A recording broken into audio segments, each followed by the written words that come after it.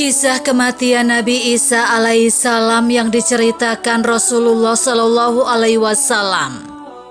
Nabi Isa alaihissalam adalah salah satu dari 25 nabi yang wajib diimani oleh seluruh umat Islam.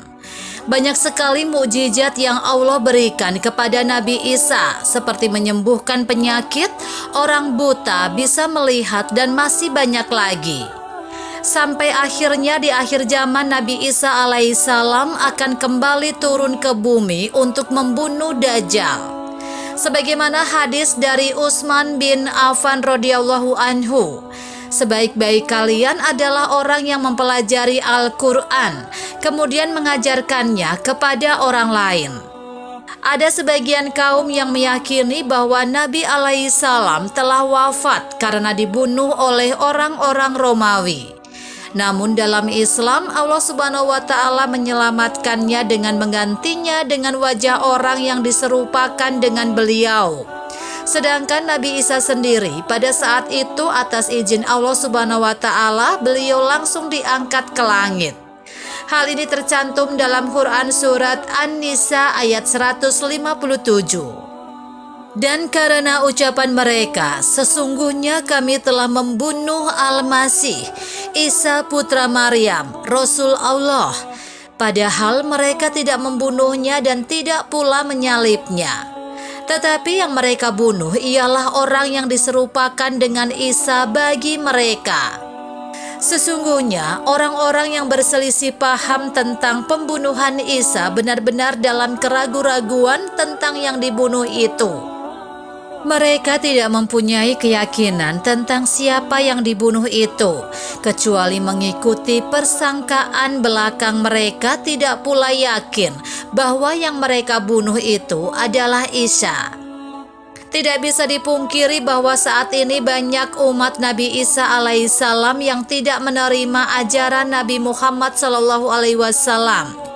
Padahal Nabi Isa alaihissalam merupakan pengikut dari Nabi Muhammad SAW, seperti Al-Bakhoi menceritakan dalam tafsirnya ketika Nabi Isa alaihissalam mendatangi Baitul Maqdis, di mana orang-orang sedang mempersiapkan sholat asar, di mana imam di masjid itu langsung mundur dan mempersilakan Nabi Isa untuk maju.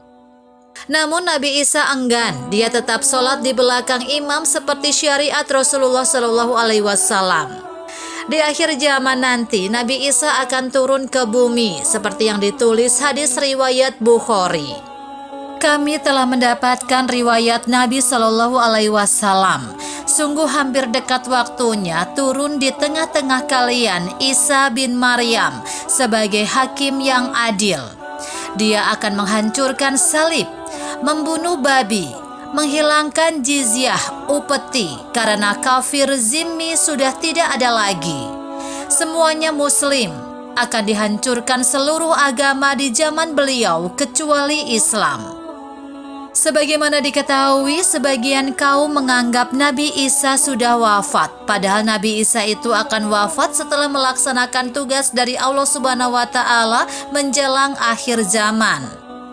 Umat Islam percaya Nabi Isa alaihissalam masih hidup sebagaimana dijelaskan oleh Ibnu Atiyah dalam tafsirnya Al-Muharrar Al-Wajiz Beirut dari Al-Kutub Al-Ilmiyah 2PU1 Juz 1 halaman 444. Umat Islam sepakat untuk meyakinkan hadis yang mutawatir bahwa Nabi Isa hidup di langit.